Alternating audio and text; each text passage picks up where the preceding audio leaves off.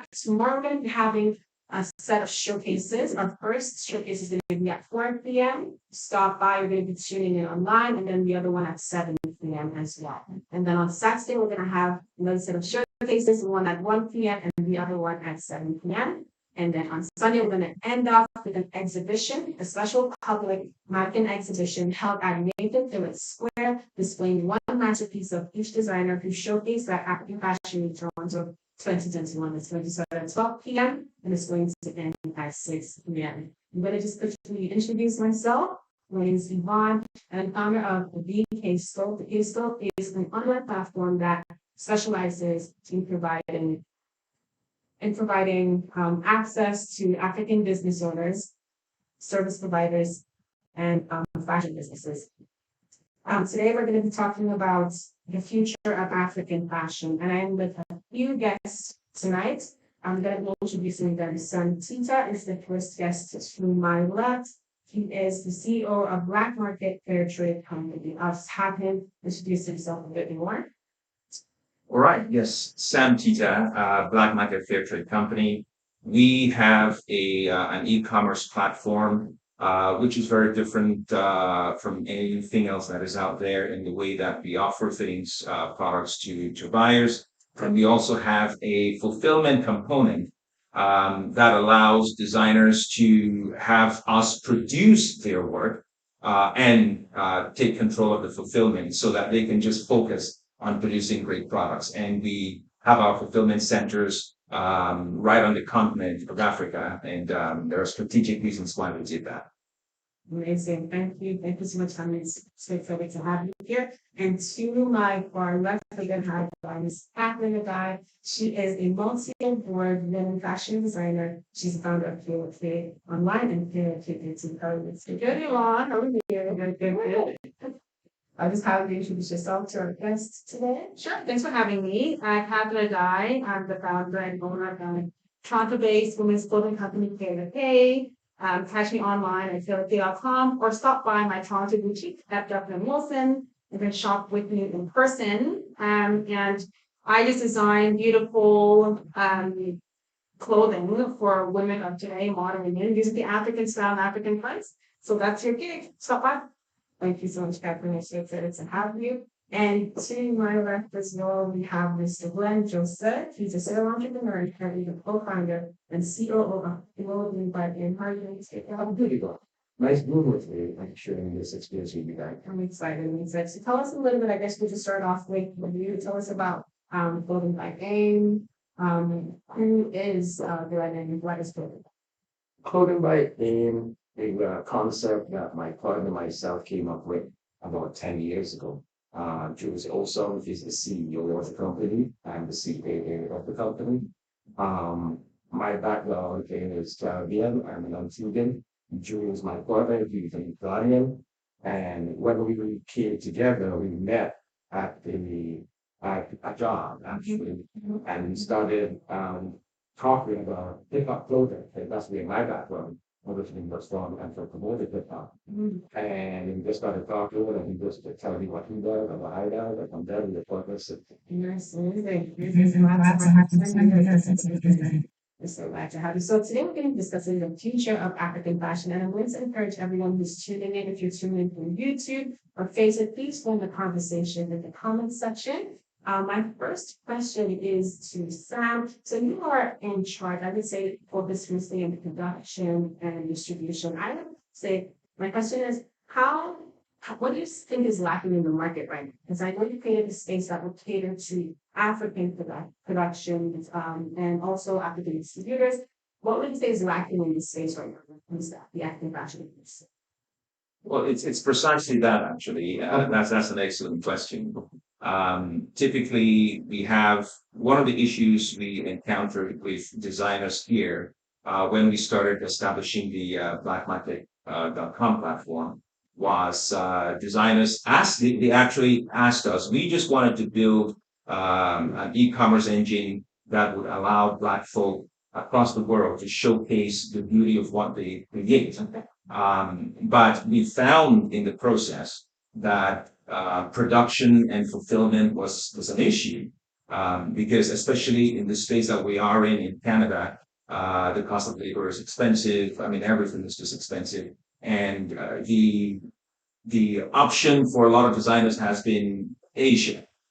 And we thought, well, why not Africa? I mean, after all, we are producing African influenced products. And so that was the thing. So that is it's missing because if we can allow creators and designers to just do what they do, we are business people. BlakMaket.com is one of our projects. We have other businesses doing millions of dollars.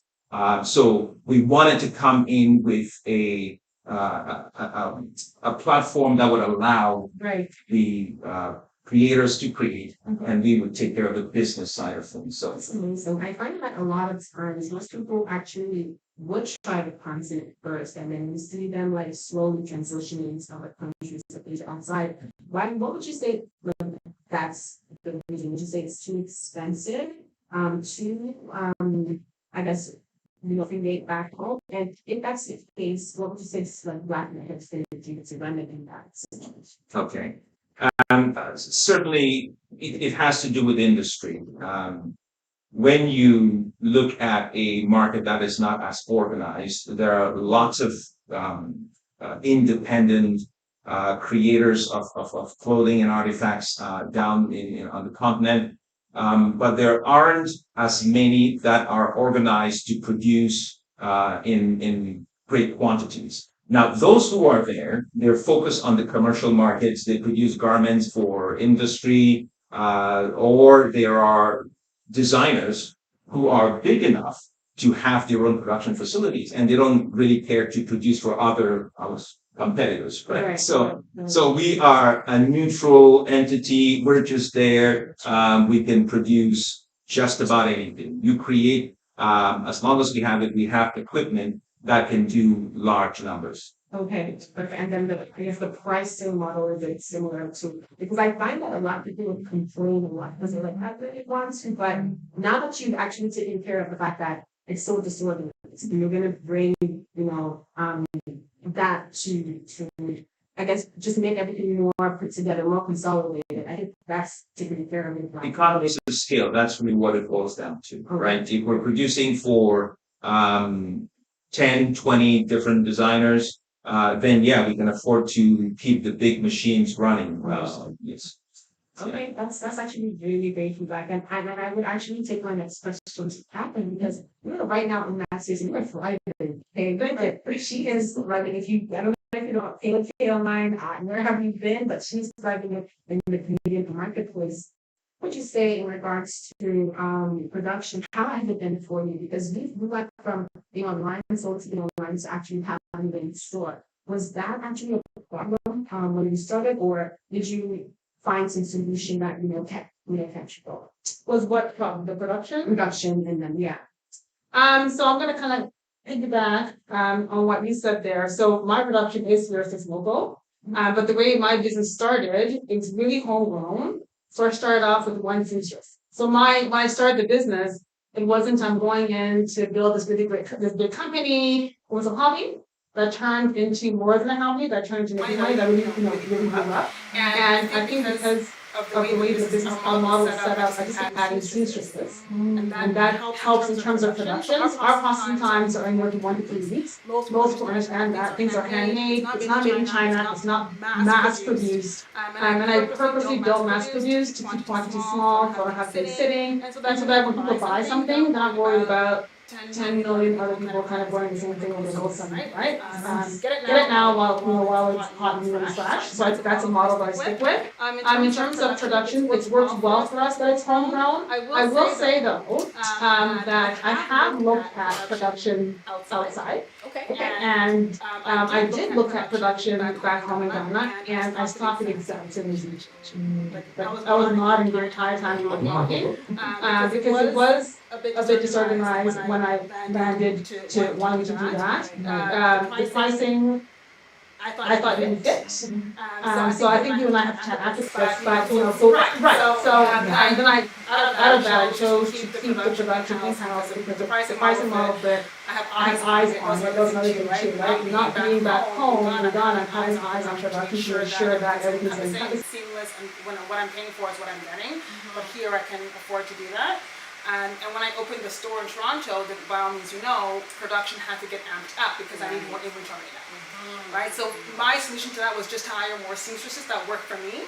So all my seamstresses work only for me, they work directly for me, but they work out of home, and we just kind of organize business, pick up and drop off that way, as opposed to being in an actual facility. So yeah, I mean, out of that model, I've been able to scale and open the store in Toronto, but definitely I understand the woes and why BlakMaket.com exists. Yeah. So yeah.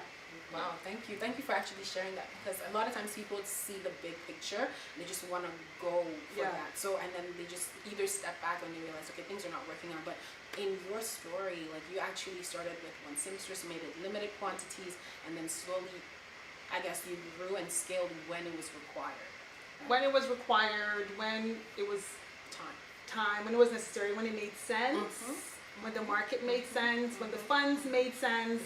It's all these things that kind of come together and play. Some come before others, and as a business owner, That's where you kind of figure out how to get to That was actually really good. Thank you so much for sharing. And with Glenn, I would probably just ask you about the continent, because I actually realized today that AIM actually stands for Africa in Unity, right? So you have created this company and you see tons of people. So you have a lot of people on the continent wearing a lot of Black celebrities in America as well wearing it. You also have Akon as your brand ambassador. So tell us how it is, I guess, I would say doing business in Africa, but having clothing by AIM thrive in Africa as such, and also with the celebrities there in the US. Well, when you look at the concept of it was a movement, right? AIM is supposed to be a movement, right? We have AIM Nation, we have AIM to Impact, which is a nonprofit organization, and then we also have Clothing we coming out in the next week in the control light. Okay, right? So right now, Clothing by AIM focuses on obviously the so-called urban aspect of it. Right? Because myself and Drew's background was hip hop. We came with the formula of hip hop. Okay. Right? Okay. So once I met Drew was introduced to the music first. And I figured when I heard the music from the continent at that time, which was about 17 years ago, I couldn't believe it was coming from the continent. I thought it was coming from the Caribbean. I heard R&B. I thought it was coming from the United States. I heard all genres in music. I was coming out of Ghana, Nigeria, all different places on the continent. So once I saw that, June and I kind of saw the future of where AFWT is today, because we created Ghana mixtapes. From Ghana mixtape, the music came to fashion, just like hip hop, right? And we followed that pattern. And because I was mentored by some hip hop clothing brands, and I had a hip hop clothing store cafe in the 90s, I kind of followed that kind of formula with the Afrobeats formula, right? So I think the Jules and I came together and we did what we call guerrilla marketing, right? If you're a celebrity, you must wear a brand, and we make sure Jules is the one that I'm behind the scenes, maybe dealing with the structure of the company. When it comes to the marketing, guerrilla marketing, that is Jules. That's his passion. He loves that, right? Social media, that's Jules. So I leave that to him. I stay in my lane. He stay in his lane. We build a company together, obviously with a team, right? But our vision of AIM is this. I'm Caribbean background. He's African background. In our eye, once you're of Black, you're African, no matter where you're born, no matter where you live, right? I finally have this division within our community that if you're born one way, you're not considered African or whatever that is. We don't look at it that way. We look at it that we're trying to bring the Caribbean community and the diaspora, with the African clothes, music and culture, bring them together, let's learn and love each other, move on and up there. That's the way we look at things. And that's amazing. I find that you really just explain the movement now, but you already had that idea way back when. Like, how can we actually push Africa forward? How can we make Africa great again? Grow as we are actually one. And then you used clothing street there to push it. Now, we're actually going to take a quick break, but when we come back, we're going to learn about how we have a trio here, from producing to scaling to actually marketing. You can actually get as much advice to start and scale and thrive your business. So we're going to be taking a short break and we'll be right back. Stay tuned. Oh, hey, babe. I thought I would surprise you with this new piece of art. Okay, I'm sending a lot of sound. I'm sending all sounds camera. We actually can hear that. So I'm using this mic of all things because it's the furthest away from the AC. How did you even know about BlakMaket.com anyways? Do you know that all their products are handmade by Black designers and craftspeople? Do you know that they reinvest a portion of their proceeds in Black families? Do you know that BlakMaket.com really showcases Black people's creativity around the world? Okay, babe. I'm gonna be honest. I didn't know any of that. I just saw this website. Yes, the website that you found on my phone. That is where you bought all of these things. Yeah. Wait. Did you at least buy me a dress? Babe. Give me my phone. BlakMaket.com. Shop courageously. Oh, hey, babe. I thought I would surprise you with this new piece of art I picked up online. Wait, where did you pick this up at? BlakMaket.com. BlakMaket.com. Yeah, babe. It's called BlakMaket.com. How did you even know about BlakMaket.com anyways? Do you know that all their products are handmade by Black designers and craftspeople? Do you know that they reinvest a portion of their proceeds into Black families? Do you know that BlakMaket.com really showcases Black people's creativity around the world? Okay, babe. I'm gonna be honest. I didn't know any of that.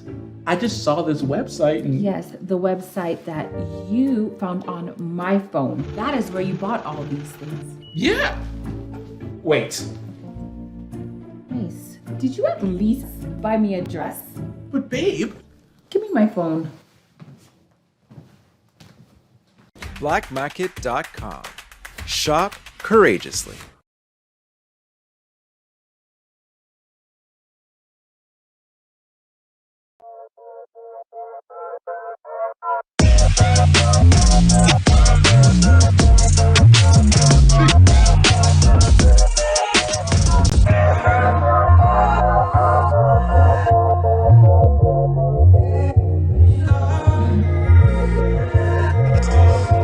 Shout out to Clothing by AIM. Thank you for the merch. Thank you for the clothes.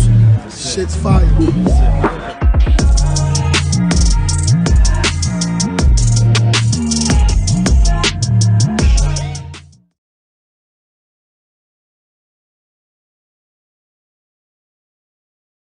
We're tuning into our fashion business seminar at African Fashion Week 2021. And I will just reintroduce our guests. I have on my right is Mr. Tita. He is the founder and CEO of BlakMaket Trading Company. And to my left, I have Glen Joseph. He's a serial entrepreneur and currently the co-founder and CEO of Clothing by AIM. And Catherine Addai, she's a multi-award-winning fashion designer, founder of Kaela Kay Online and Kaela Kay Boutique.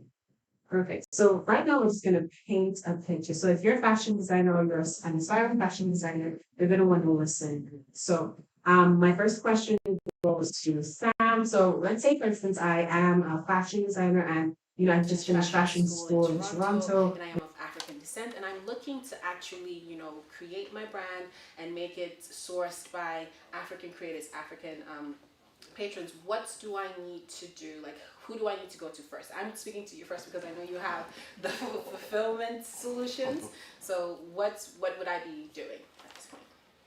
Probably not a bad idea to reach out to us. Check out BlakMaket.com. Give us a call. We would speak with you and maybe even put you in touch with the right people. But I mean, you approach that as some of the other panelists here have said. You would have to start with considering it, especially if you're considering it a business. Right. Then you have to do all the necessary groundwork so that you have the foundation of a real sustainable business. a lot of folks started as a hobby, and some have done it very, very successfully. But other than that, and even if you run it as a hobby, you still have to be to consider it as a serious enough hobby to require that if you make promises to customers, you have to deliver on time, the quality has to be there. And that was why we were going to, when we established the BlakMaket platform in the beginning, it was simply going to be a an Amazon style marketplace where you just log in and put your products and sell. But we quickly realized that there was an issue of quality and consistency and timeliness. So we actually created a fulfillment center right on the continent. So the first one is in Cameroon, and we're going to build them. The next is going to be Nigeria and Ghana, and right across the continent, because we need to control quality, consistency, timeliness, so that any product that gets to come out to our buyers have to go through the fulfillment center. We have to check it for all of these things. So if you're going to, before it comes out, otherwise returns alone will kill you, right? So that's the market that we're in. Your image itself as your best brand ambassador, that has to be important. So you don't put just about any foolishness on Facebook and Instagram and then expect people to take you seriously when you put out a brand, your product. So these are all things that one would need to consider. But like I said, check out BlakMaket.com, give us a call, and maybe we can point you in the right direction. That's actually really great feedback. And I think a lot of times most people, like when it's a hobby, you're excited doing it, you're excited creating that. You just think, oh, well, I made a dress for my friend, she loved it, and she said, you know what, you should turn this into a business. Because everyone is so quick to say, turn it into a business, but they don't know what's happening as a business, right? So that's really, really great feedback. You need to have your business plan. You actually need to have the mindset that, okay, I'm going into business, there are going to be losses. And then you talked about quality, right? Because a lot of times people stare away. I don't know if you've ever seen this online, what I bought versus what I got,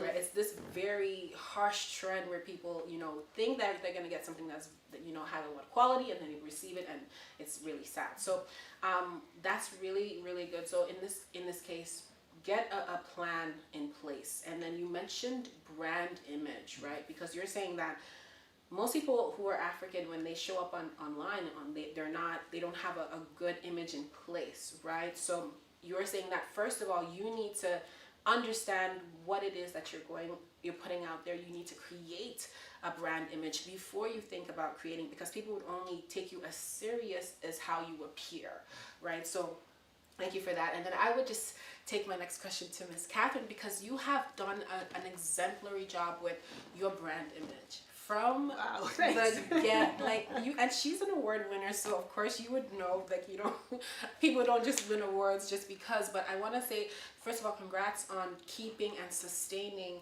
that image of Kaela Kay. So what would you? I guess my question is, let's say I'm a fashion designer. I've seen now I have the art. I can actually I wouldn't say fashion designer. I sew. Right? Because most people just start off by sewing, right? And then I'm thinking, okay, you know what? I want to turn this into a business because I want to get paid for my hard work, right? What would you say is the first thing to think about? Is it my uniqueness? What makes me, or should I just do research? Okay. So, and my answer is probably going to, again, piggyback on some of your for BlakMaket.com, but that's right. So when I started my brand, and even years on now later, it's amazing that someone will see a Kaela Kay piece and they know that's a Kaela Kay piece. And that's from years of me perfecting what I put out there, whether it's a certain style and cut that I'm known for, that just maybe translates differently over time in collections. Making sure in terms of imagery, what I'm putting out there, when I'm out there, what I'm putting out there, the types of models that I use, the way photos are shot, the way the website is laid out, all these things that you may think people don't pay attention to, but it affects, like you said, if you go to BlakMaket.com or go to Amazon, you'll see the difference in what a marketplace looks like. Exactly. Right? And when you shop on a certain platform, you can understand maybe why the price point is a certain way versus going on another platform. And so the way you put yourself out there also can affect what your price point will be. So all these things have to be taken into consideration.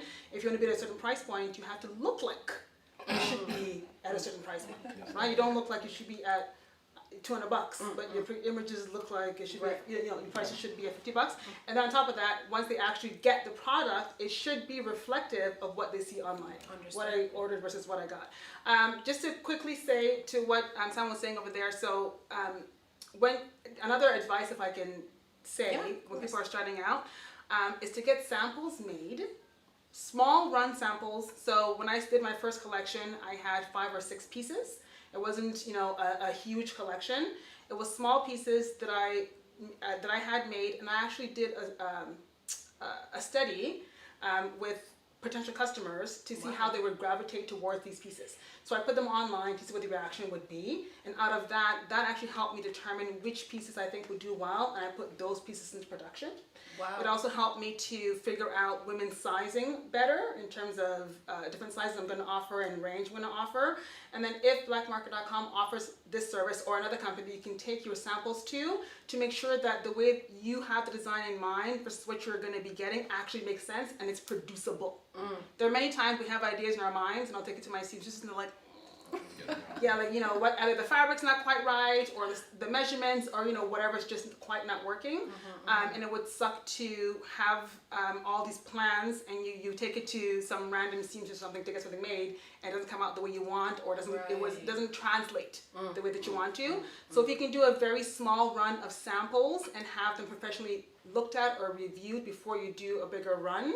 And if there's a way as an upcoming designer from those samples, take pre-orders. So if you take pre-orders from customers, that gives you funds up front that you can then use to go and produce your collection. That's what I did when I first started out, because I didn't have a lot of money to do big runs. Wow. And so you just did a pre-order, and it'll be available in a couple of weeks or available in this date, and people order with you. You take that money, take your samples to a production house, get it made, and then you send it out. Wow. So. And this is like years of experience, okay? You Years. guys are getting And many mistakes. Years of experience and many, I shouldn't say mistakes, many learnings. Many learnings. And I actually had to commend you because one thing you said that you did was you joined a program, like a case study or almost. I did, yeah. And most people don't actually think about that. You need to actually test to see if the product itself is profitable. I had a group of friends come to my house and I showed my samples and I said, I'm thinking of doing this. These are my pieces. What do you guys think of? I had some women that I thought were the right size, try things on to see how it would lay on their body. And then from that, I ended up actually going to actual models from different agencies to kind of see how it would fit different models of, shapes and sizes. And that actually helped me to solidify my sizing chart, which now it's a dream, right? Like it's, 100%, it's so, it's perfect. But I did that case study to see if I was on the right track and if what I was producing in my mind would translate well to what people want to see and what women want to wear. Okay, so now I'm learning a lot, and I'm gonna be on you for a couple minutes, but I wanted to ask, how did you even know? Because I feel like that's knowledge there. How did you even know to do a case study? Was it something someone told you about, or was it something you just learned online that doing this would actually be more profitable? It was something I just Googled. People do case studies and market research in other industries all the time. Testing out new products. I'm just not on the corner with a Pepsi or a Coke doing, a drink test. I'm just at home with women coming to the home, and I said maybe it'll work the same way or a similar way, which is a group of friends that I knew that I had sewn for before, because I also started out as a seamstress, that I had sewn for before. People that I knew would give me their honest opinion, and would tell me the truth about the products and the sizing and the colors and styles and things. And I actually took I won't say who, because I'm not sure if I'm allowed to or not, but I actually took my samples to a Canadian organization. And I asked the owner to look at my pieces and see, in terms of the market, if it's pieces and styles that they think would translate well. Just to even get more feedback before I actually went ahead and did this big run of pieces that, translated well for me, but I would have hated for it not to have worked out. Wow. No, honestly, congrats, and you deserve all the accolades. Oh, thank you. You're too kind. Thank you. You've done a good job. And one thing my next question is more around, I guess, that view. When people see Kaela Kay, they see success and they want to emulate and be like that. But most people see the Instagram and they think, okay, I'm going to get a logo then, because a logo is there, right? And then I'm going to get pictures and then I'm going to post it. Why is it that I know why people just assume that they just copy and do, forgetting that there's a lot of groundwork being done. When it came to branding, right? Who did you speak with? Did you have service providers, or did you consistently, narrow down, okay, well, I'm just going to create a small logo, start off small, and then with time, when you knew your brand voice, you then had someone, lay it out for you in colors and logos and stuff? The logo was probably the least of my worries. Probably, I don't know if people really focus much on that, but mine is very simple. It's Kaela Kay, black on pink writing, pink because it was my daughter's favorite color. So yeah, it was very, and it's feminine, so very simple. Right. I kept my logo simple because I'm like, if I ever need to transition to something else in the future or something, I could hopefully still use the same name, same logo. So I kept it very simple. I don't have any images of women in clothes or anything. It's just the name and the words. Right. But in terms of over the years, the imagery, I was, fortunate enough, or I paid attention enough to have known who the Kaela Kay woman is. So I was able to develop that woman over the year, and it's an actual woman that I actually have on paper. Wow. Right? So in part of my business plan, I actually know what the Kaela Kay woman does, what her status is, where she's going, where she likes to go to. And that's from years, again, of when I used to be a seamstress, talking to those customers, and from the focus group that I did. And then just in the beginning, when I started doing sales, and I did a lot of pop-ups in trade shows where people actually came to the booth, I got a sense of who was coming. Who was coming, what their questions they were asking me, what they were buying, and out of that, it really helped me to develop who the Kaela Kay woman is, and I continue to dress and style for her. And I don't change that. I don't waver that. And you would know, I'm not a trend focus setting type of brand. Yeah. I focus on classics and classic pieces that I know women years on will look back into their closets and be like, oh my God, I remember when I bought that dress and it still fits today. It's, I don't focus on fads. And that just came out of all those years of really knowing who a Kaela Kay woman is and how to best dress her for where she's going, what she's doing, what's happening in her life. So another really key part of being a good designer entrepreneur is knowing who you're designing for. Who's your market? Who are you selling to? Who do you want to see this? And it takes time over the years to realize what spaces to actually be in, what to not waste time with, where to focus your energy, your time, and your money to make sure that your brand, the imagery is consistent. And in terms of models, I've always wanted, as much as I'm an African brand, I'm African, I'm Ghanaian, and I predominantly work with African prints, and that's kind of where my the connection to the history is. But I wanted to create a brand that could be appreciated by women of all cultures and all ethnicities. So strategically, on purpose, I use models of all nationalities. And that's a way for me to ensure that non-Black, non-African women can come to the website or come to my store or meet me or come to my booth and know that they can also appreciate and wear the pieces because they're appreciating my culture, my history, and what I'm doing as opposed to you have to be Black to wear this. Yeah.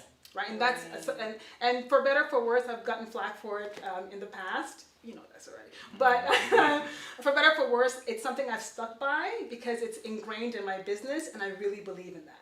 Right? The purpose is to create a brand that everybody can appreciate and support and indulge in and wear the pieces in. And a big part for me, part of my imagery and my marketing is to ensure that the models, I try to be as representative as I can so that other women can feel comfortable and see themselves in my pieces.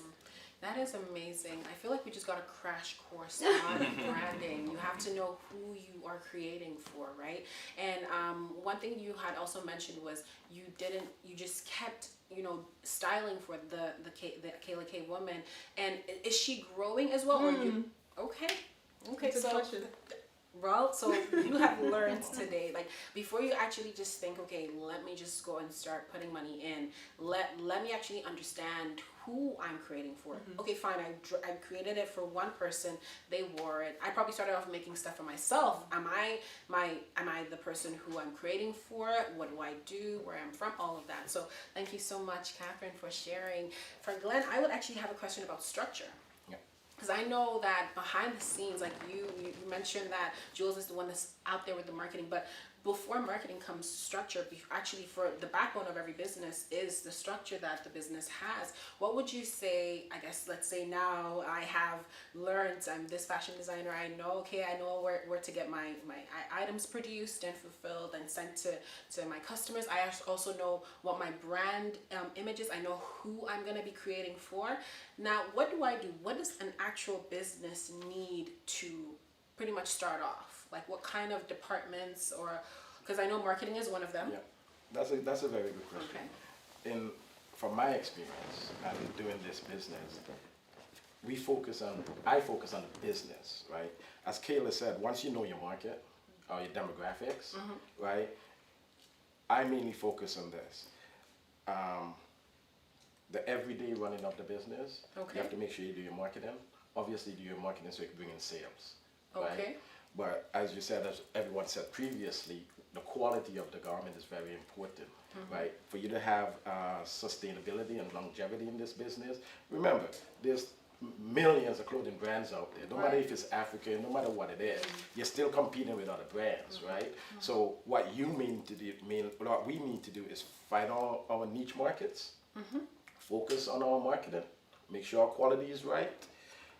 Focus on sales, because sales brings in the profits, right? Right. And once you focus on the sales, and we also like to evolve, like the business change all the time.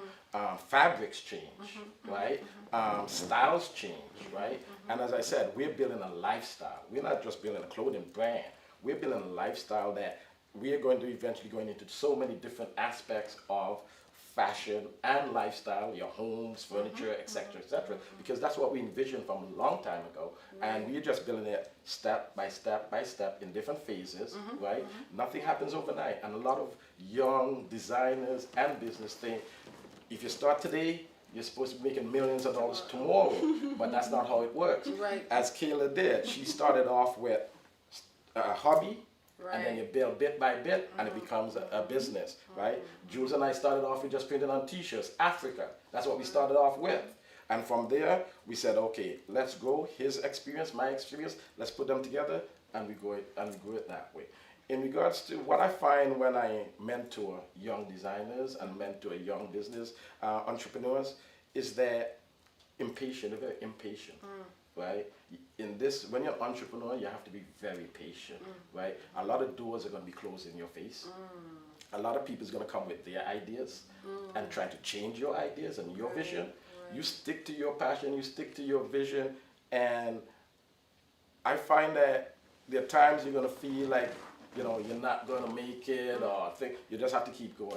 Like for us, trust me, with Jules and I, there are many days, many times that we felt like, yo, this thing, well, I don't know, man. It's been a while, nothing is happening, right? And then, although you see all the celebrities wearing the stuff, it's good, right? But if no money's coming in, it don't make sense. We're not out there because we want to be with celebrities or we want to see the celebrity. It's for us to make a business, because that's what it is, right? So again, my advice to young designers is this, right?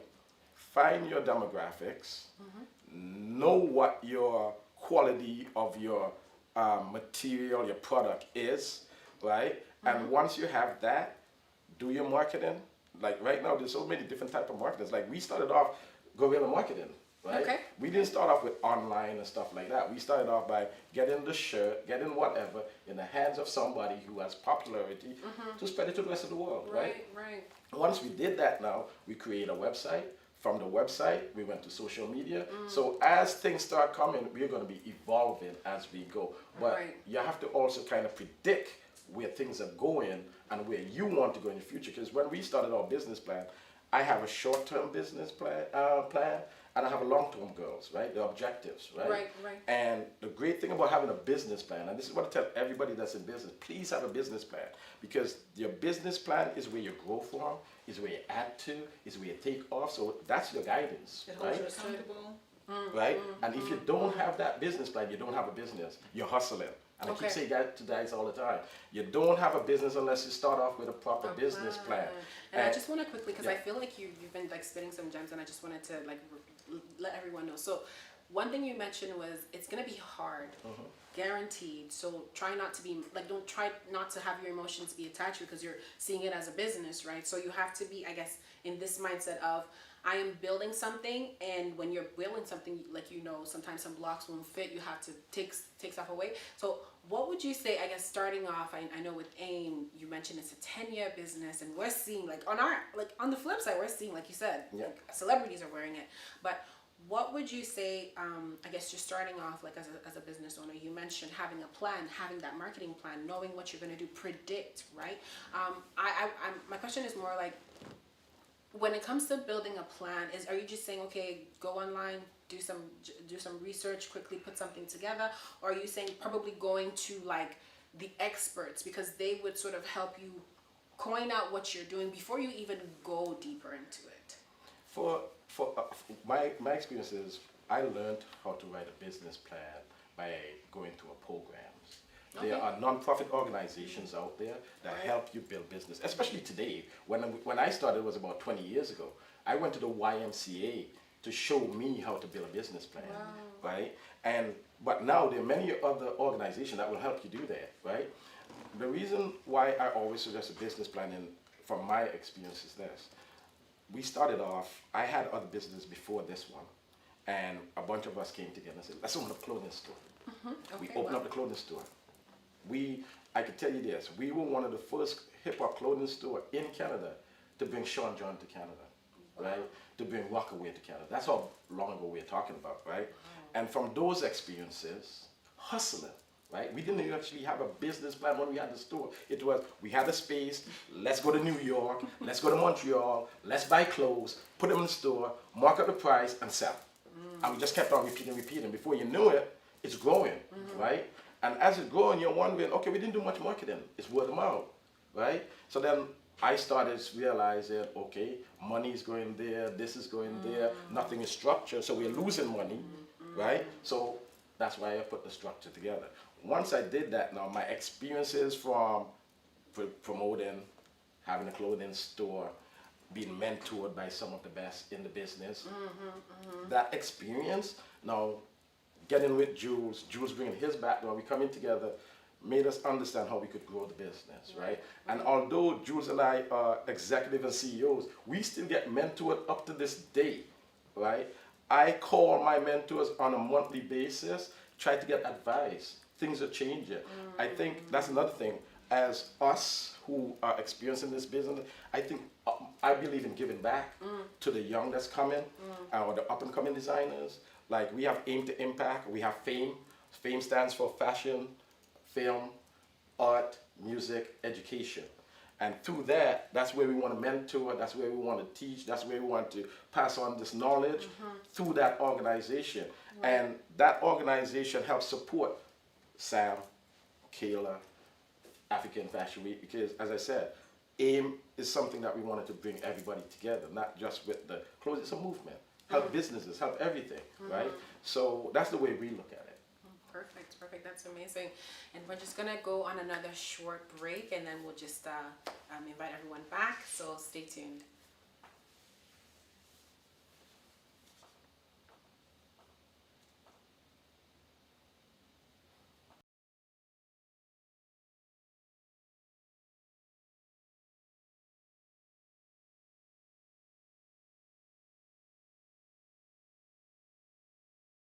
Oh, hey, babe. Babe, I thought I would surprise you with this new piece of art I picked up online.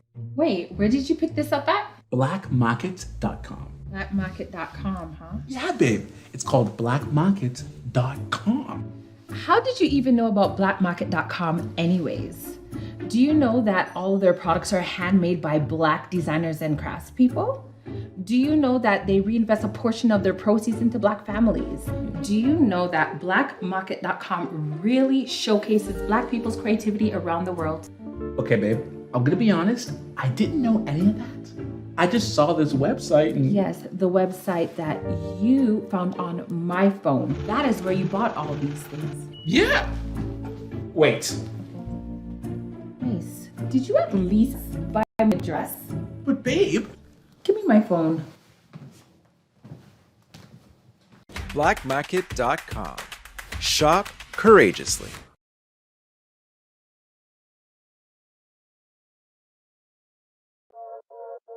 Shout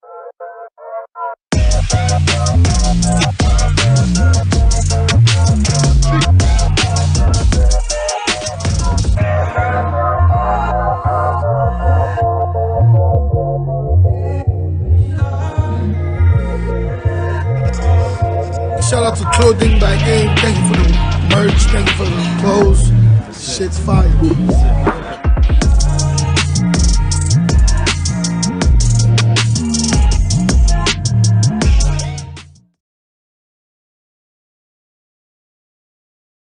Oh, hey, babe. Babe, I thought I would surprise you with this new piece of art I picked up online.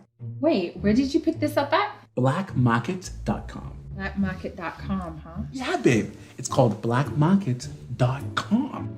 How did you even know about BlakMaket.com anyways? Do you know that all of their products are handmade by Black designers and craftspeople? Do you know that they reinvest a portion of their proceeds into Black families? Do you know that BlakMaket.com really showcases Black people's creativity around the world? Okay, babe, I'm gonna be honest, I didn't know any of that. I just saw this website and... Yes, the website that you found on my phone. That is where you bought all these things. Yeah! Wait, Nice. Did you at least buy me a dress? but babe... Give me my phone. BlakMaket.com. Shop courageously.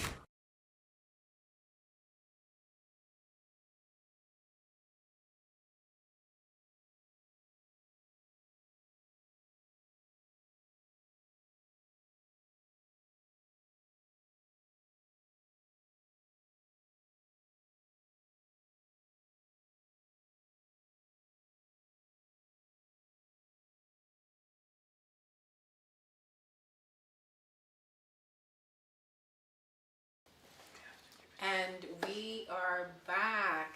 I hope everyone's enjoying the conversation. I hope you've been engaging in the comment section. We're going to be rounding off soon. So I'm just going to ask, like this more, the last question is more about the advancement of the African fashion industry and your part in it. I know BlakMaket is already there. Like you guys are pretty much at the forefront. What would you say that you're bringing now to help advance the industry? Because we know right now that this has been a problem, and now you are bringing the solution. I would say 5 years from now, what do you think BlakMaket is going to be doing to help push the African fashion industry forward, and the creators as well, the creatives as well?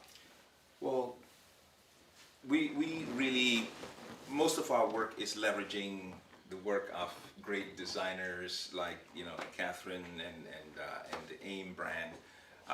We are an engine. Okay, a bunch of business people who, and that engine was created also to inform a different kind of African narrative. Okay. I'm an educator, and even BlakMaket.com, a lot of our management people, why BlakMaket? BlakMaket sounds derogatory. Who wants to be associated with it? And we went back and forth many times, and I just could not bring myself to change because I'm Black, that's what I've been called. And if BlakMaket is bad, what am I saying about myself? Right. So we've created a platform that allows us to change the narrative. And when you design, as Catherine mentioned so eloquently, so that you can showcase your products and be appreciated by not just Black folk but others as well.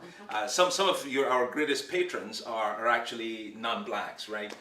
So you make a product in such a way that it can appeal to all of these demographics, because when we inject the African narrative into the dominant narrative, then I was in an interview, I said one of the things I'm hoping for is that very soon we don't even have to have February, which is what, Black History Month? Right. I want us to not need to have Black History Month because we're just part of the narrative. Right now, the narrative goes on for 11 months, and then we get injected for 1 month, and then we get removed. So we are trying to establish a narrative of inclusion, not because we want black to stand above everybody else, that is not important, but that we would flow with the dominant narrative. To do so, we have to make African music, design. I mean, the talent is incredible. The difficulty is getting that talent showcased in the marketplace. So I'm hoping that AIM and Kaela Kay will not find a reason to have independent websites soon.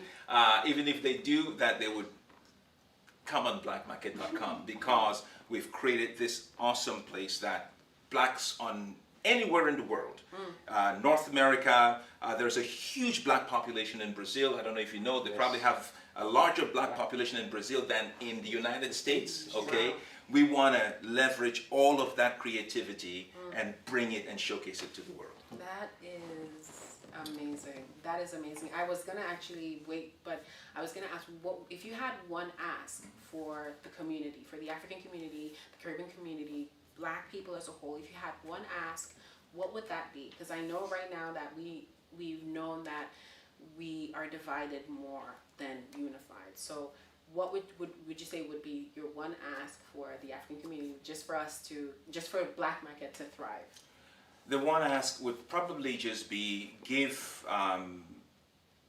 black designers a chance, give black artisans and craftspeople, give them a chance. Right. Because as an educator, I can tell you that there is a 500-year history of subjugation and robbery and rape and murder and all stealing from us that has resulted in us being where we are today. Now, this is not the forum for that, but I'm extremely passionate about it.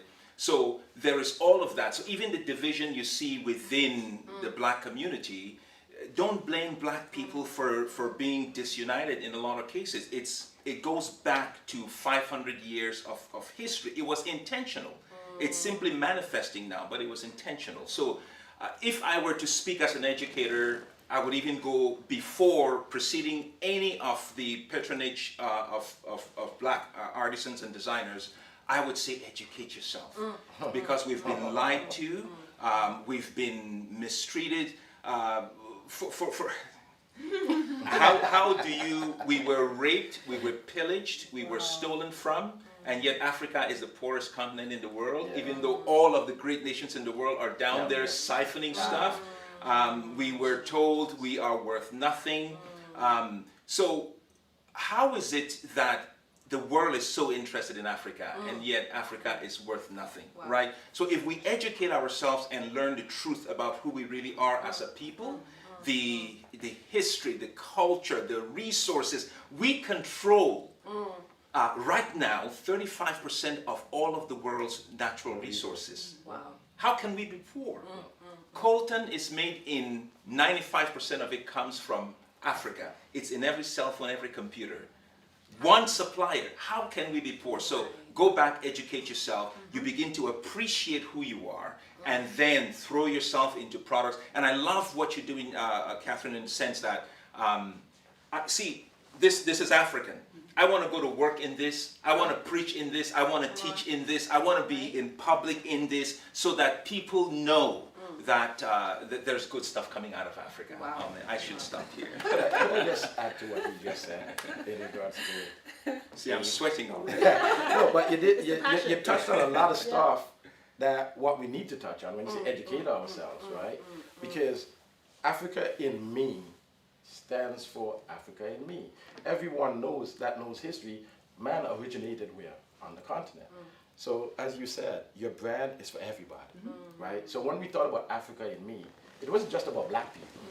It was about everybody, because nobody can say they're not African, even if you're European, because you originally is from the continent, right? So that's another concept that we came up with when we were talking about that. So I totally understand what Sam is saying, and I totally understand what Catherine is saying. Right. So yeah, we need not only educate ourselves, guys, buy your own. I figure, because, okay, naturally, I don't know, as black people, as African, we love to show when we dress. We love to dress, right?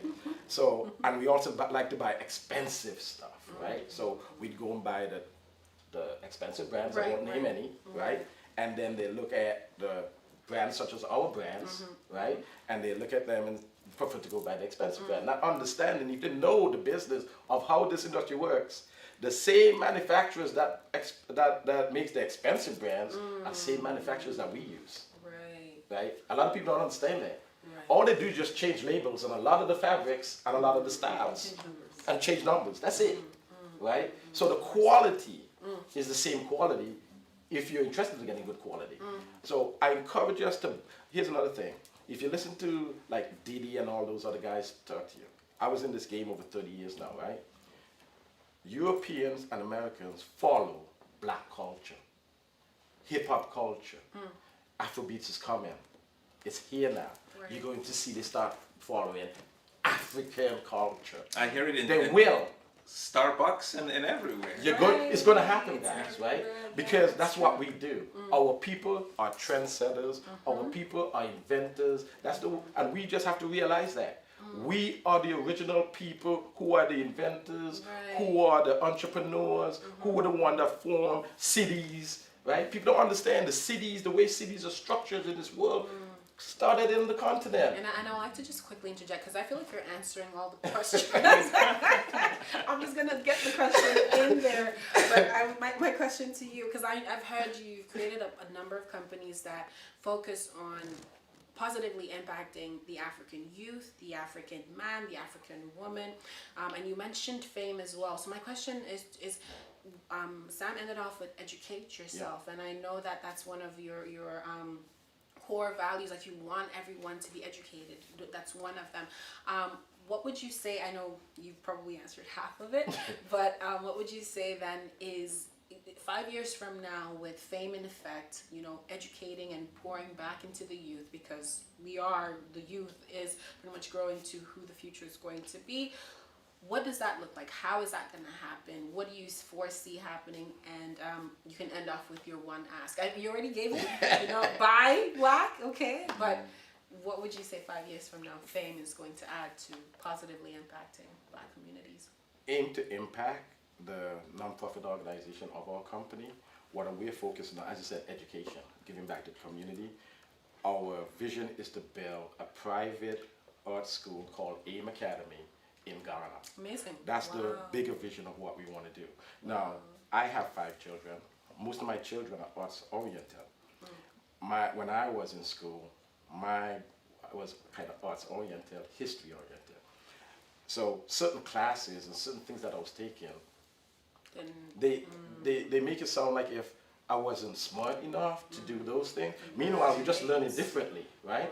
So based on those experiences, and my kids right now, most of them go to art schools, they teach differently in the art schools. So based on that, I said, you know what, Jules, let's come up with something that kids, we have an art school with STEM, and it's private, and we teach the fame curriculum.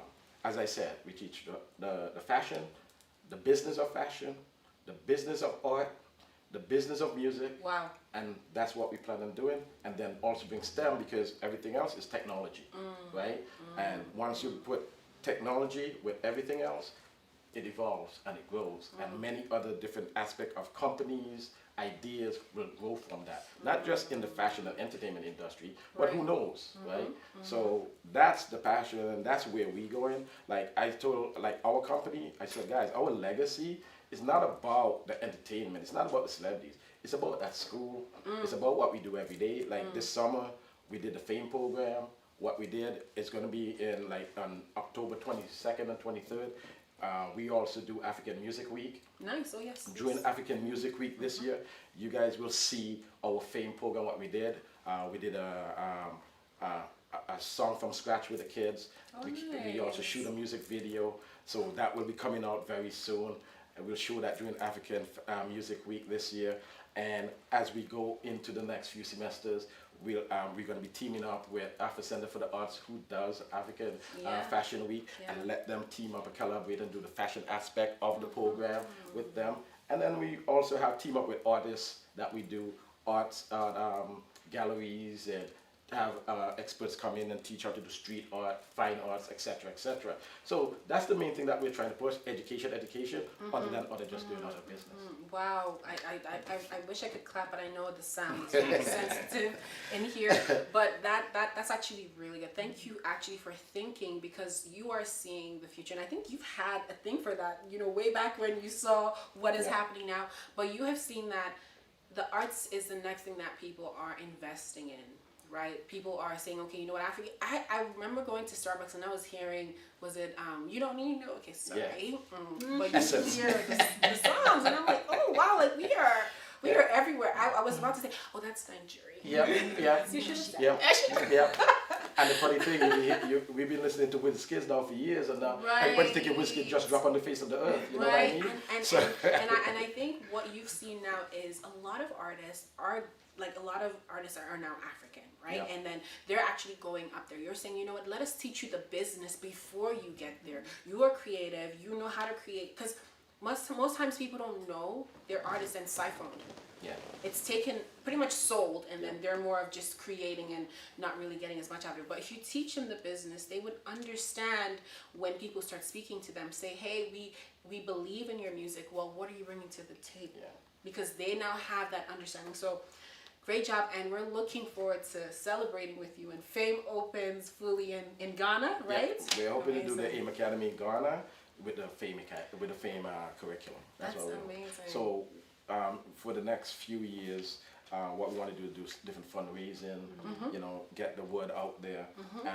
Once we get the architecture to look at how the building is going to be, obviously we want to team up with the Ghanaian government and the Ghanaian community and go forward with that. But that's a dream and a vision of Jules and myself.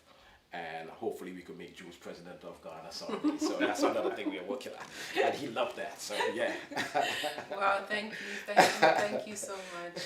And I would say, I mean, you don't have to reiterate, but your ask was for people to buy and buy black, right? And I'm gonna do a summary at the end, but I'm loving the fact that yes, we understand that the mindset that we have is not just because we want to be difficult or we want to take shorter routes, but as Sam had mentioned, it's because of that ingrained, that conditioning that we've had that we need to break away from. So there's that call to actually show grace.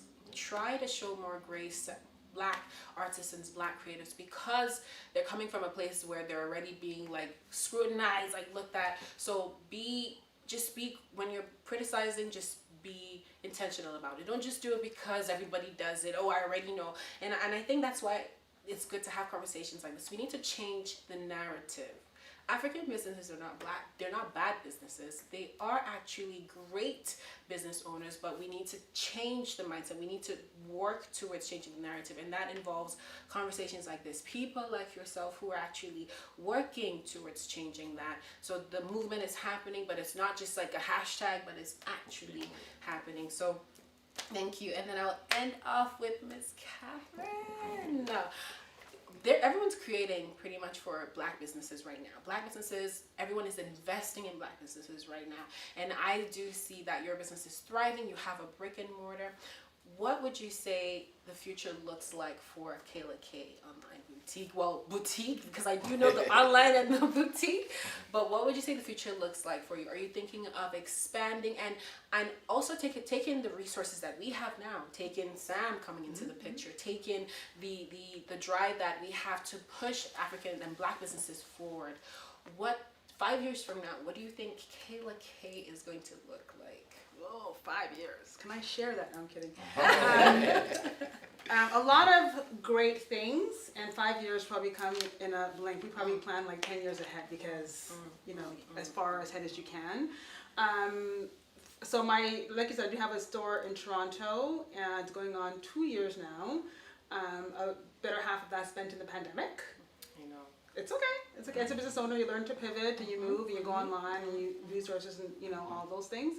And so having my first foray into a physical retail space, I know why I got the retail space. I know we had talked before. You said most people shy away from having brick and mortar because everything's so online. And for me, online is fantastic, and I get to reach a market that I probably otherwise wouldn't reach. But there's also a piece in Toronto where there are a lot of shoppers, especially women, who like to touch, feel, try things on. They wanna get personal with you. They want to know you, know your story, know that you're real, because you can't really get that essence online. And I saw that need, and I saw that there wasn't a space like that in African fashion, the level that I wanted it to be on. So part of the reason for me creating the space was for that, right? Where people can come, touch, feel, try things on, ask questions, feel comfortable coming in and asking questions, trying things on, getting things custom made. And I hope that in the future, I plan that in the future, I know certain cities that my clothes do well in internationally, and the aim is to have presence in these cities where, again, it can expand and people can have easier access to the Kaela Kay brand wherever they are if they feel more comfortable physically going in. In terms of production, Sam and I know we're having a conversation offline just about expanding my production and what that looks like for us in the future. I have a very small team right now. The business is growing. Where do I take my production in the future? And I know where I want to take it. And I just have to figure out the nuances of what that looks like. So I can take it back to the African continent and support Africa that way. And then be able to bring those resources in terms of the clothing internationally back here to, again, share with my customers. That's amazing. That's amazing. Thank you. And then your ask. My ask. So I'm gonna, before I do my ask, just quickly, when you said, sorry, either one of you said, supporting Black businesses and changing the narrative and having a certain mentality. So when I opened my store, it's going on now in 2 years. When I first opened, I did have an experience. Somebody came into the store and they had a wonderful experience. She was a lovely lady, and she was leaving, and she said, I'm so surprised you're an African store, because most African stores I go to don't look this nice. Right? So that to say, I don't, whatever the narrative of what we think African designers, African brands, African business owners should be like or behave like, that needs to get exploded, because there are many. Even it doesn't matter whether you're Black, white, you have business owners who aren't up to par. It doesn't matter the color of your skin, right? It's just unfortunate that sometimes it gets cuffed down to Black people. So I'm glad that she made that comment, and she and I had a bit of a dialogue about that. But there are many, many Black businesses who are doing things at top level excellently, right? Where it's shiny, it's new, it's worth the price. It's worth going and investing in. So yes, please educate yourself. Please buy Black. And my ask is share about us in rooms that we're not in. So that opportunities that maybe otherwise we would get overlooked for or wouldn't come to us will come to us. Right? So if we don't have certain visibility, I'm grateful that my brand is big enough in terms of social media, and those is where I get a lot of connections, a lot of opportunities, and some of them don't. And some of them are really great and just need someone to share about the company, about the entrepreneur, about the business. So if there's an opportunity that you think a business owner, entrepreneur, or brand could really benefit from, please talk about that business or that brand or that entrepreneur in that room. And secondly, when we are in that room, and if we are asking for a certain level of respect, a certain pay scale, certain resources, please support us and stand by us to ensure that we get what we deserve and what we know that we should be getting. Come on. Like that, you actually hit the nail on the head. And I think it's great how everyone didn't have a conversation before this and they came up with the plan what to say. It just happened naturally. So you can tell that this conversation needs to happen. So educate yourself. Education, like knowledge is power. And when you know something, there's so much I've learned that when I think about how I was doing things in the past, I just wonder why I was so far. This was not even something that I could get access to. So when I finally get that knowledge, it's really good. So educate yourself, and then buy Black. There's somebody right now who buy Black, invest in.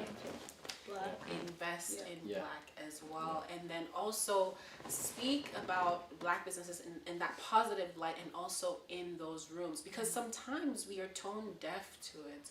You would just automatically refer your friend, but then you remember afterwards that, oh, Catherine is actually doing that.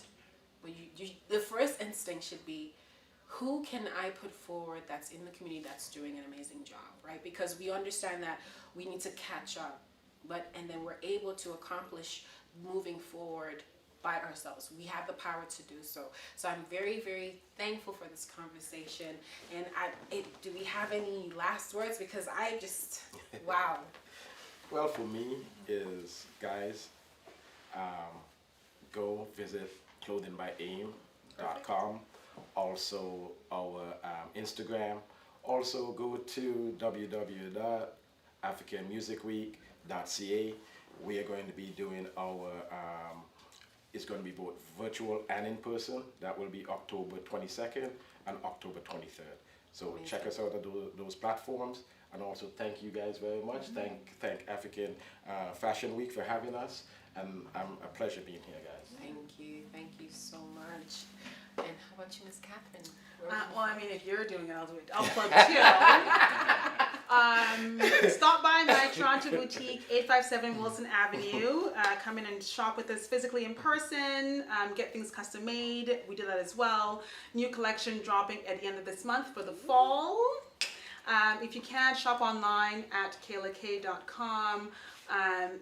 Infuse yourself in what we're doing. I'm really passionate about it. It's been years of learning and expressing, and I hope you like it too. And share about me in rooms that I'm not in, and just, continue to support each other and help the community really come together and really grow. So. Amazing. Thank you, Catherine. And we would just round off with Mr. Sam. Any last words for us, and also plug, please. All right, I'll plug before the cameras get turned off. BlakMaket.com. It's BlakMaket. That's how we say black market on the continent. Okay, so BlakMaket.com. Okay. Right. When you shop on the BlakMaket.com platform, what you actually do is you are bringing dignity back into the community. You are strengthening the Black narrative and Black culture, and we use part of the proceeds to enrich the lives of Black families. Okay, so we invest in them, in scholarships, we support orphanages and stuff like that, because my hope really, and it's happening right now on the continent already, there are many young African business people, artisans, entrepreneurs, creators of beautiful products who have no need. If you bring them to the West, they will come to visit, but they want to go back. Why? Because they have found dignity and a way to market and capitalize on their gifts and talents. So it's not like grandpa and grandma's day when they felt like they had to get out of the continent.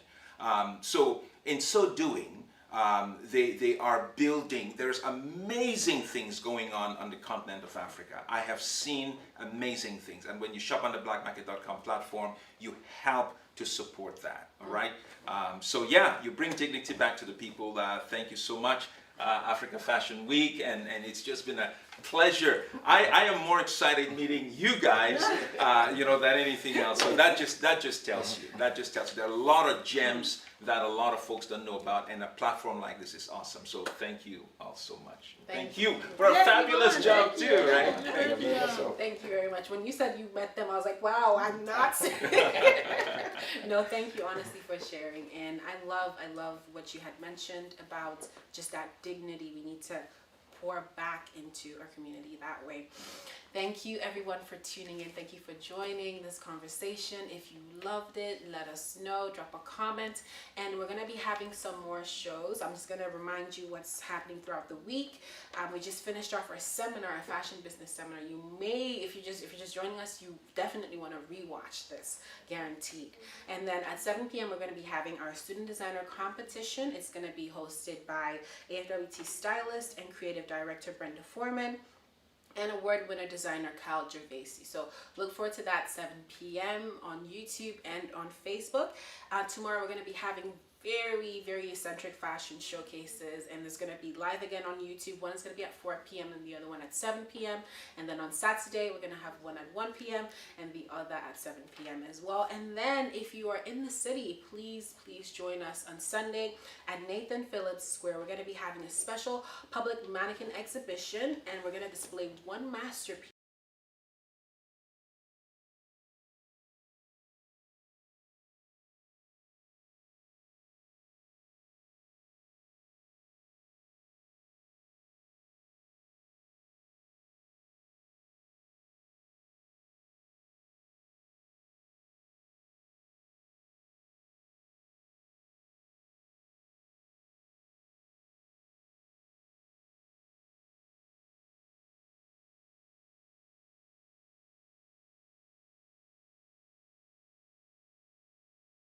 Oh, hey, babe. Babe, I thought I would surprise you with this new piece of art I picked up online.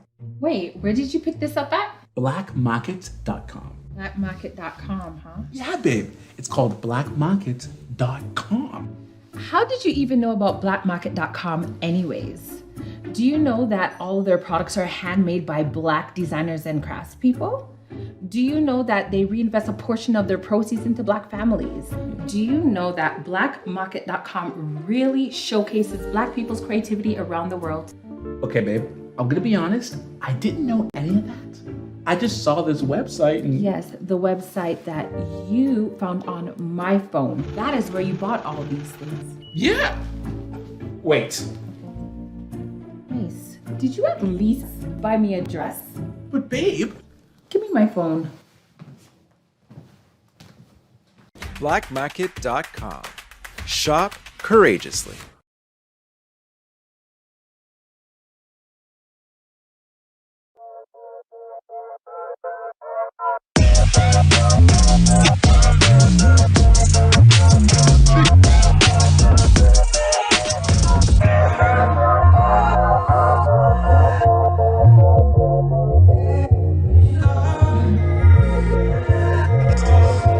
Shout out to Clothing by AIM. Thank you for the merch. Thank you for the clothes.